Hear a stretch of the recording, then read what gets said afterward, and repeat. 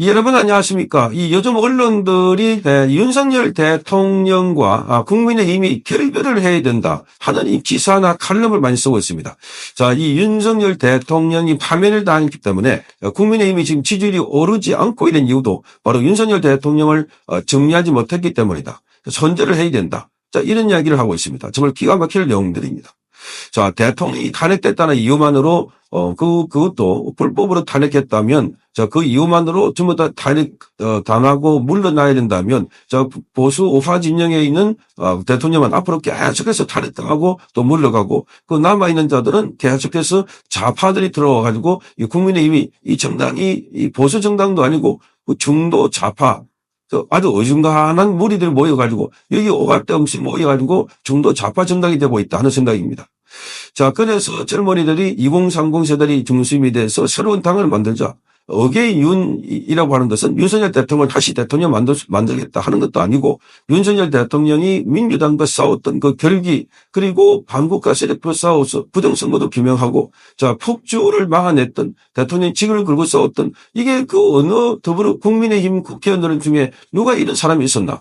그러니까 젊은이들이 그걸 각성하고 지금 때 아니게 태극기와 성조기를 들고 길거리에서 투쟁을 하고 있습니다.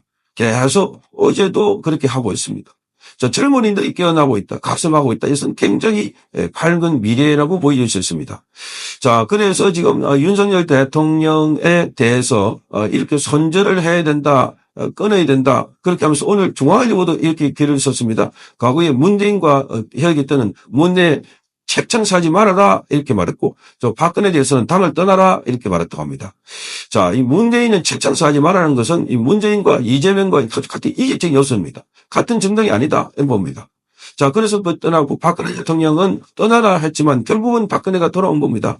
당에 들어온 건 아니지만 그러나 나중에 전부 다 박근혜 앞에서 머리를 조아리고 있던 자, 이런 사람들입니다.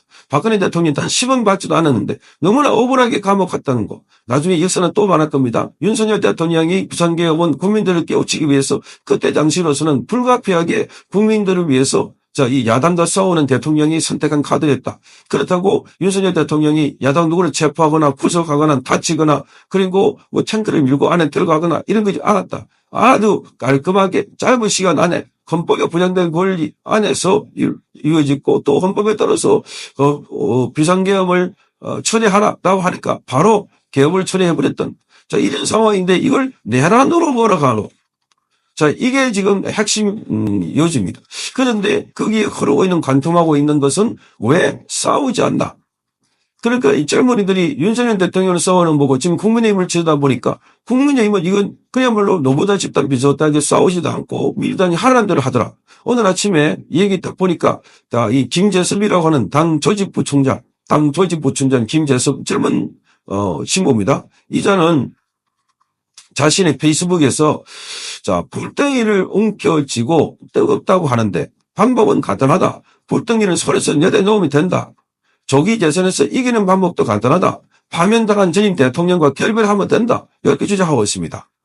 유정복 후보, 이 대선에 나와 있습니다. 유정복도 인천시장 냈죠. 이 유정복도 일각에서 윤어게인이라고 자위하며 과거 속에 살고 있는데 언제까지 자해 행위를 할 것이냐.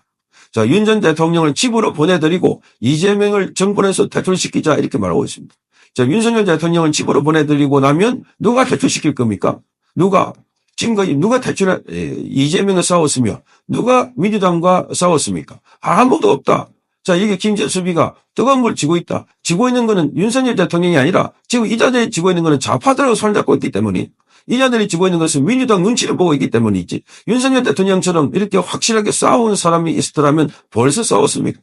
이 자들이 전부 다 눈치 개주의자적인 태도를 하면서 민주당을 막지 못하니까 그걸 대신 막는 사람이 대신 거부권을 행사해주고 대신에 윤석열 대통령이 탄핵에 대해서 예산에 대해서 그걸 경고를 올리기 위해서 비상계엄을 선포했다는 겁니다. 자, 이러니 이들은 지금 윤석열 대통령과 손절을 해야 된다. 이렇게 말하고 있어요. 손절을 해야 된다. 자, 기가 막히는 겁니다. 대통령이 뇌물을 받아 먹었습니까? 대통령이 불법을 했습니까? 그러니까 이들이 주장하고 있는 것은 근거가 없다. 근거가 없다.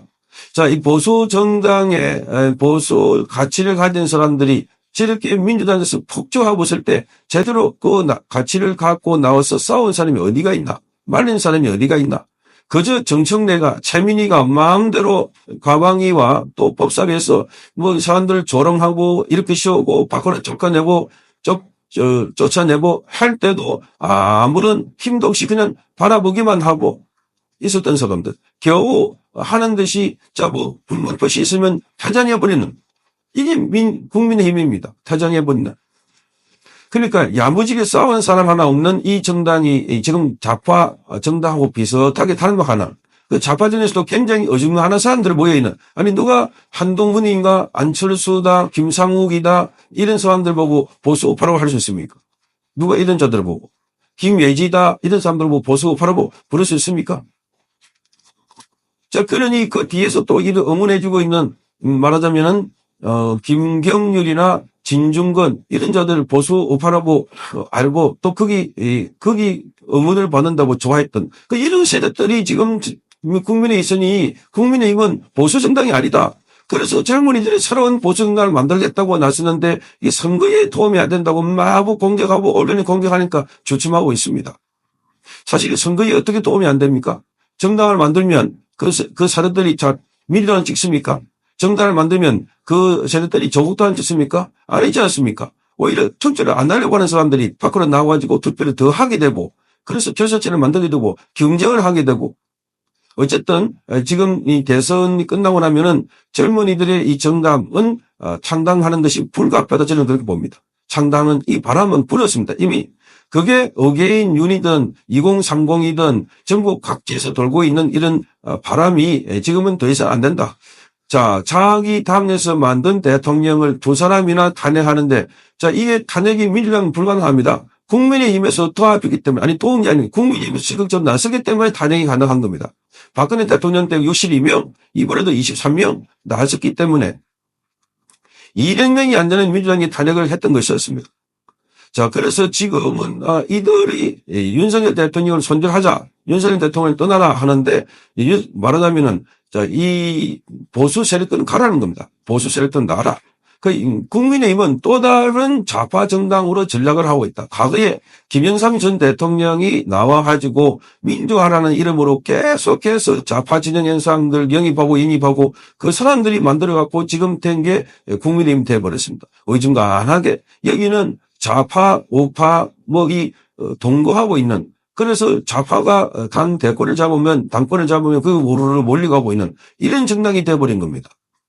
자, 지금 권영세와 권성동을 누가 오프라고 합니까? 철저하게 자기 이익에 따라 움직이는 사람이라고 부르지 않습니까?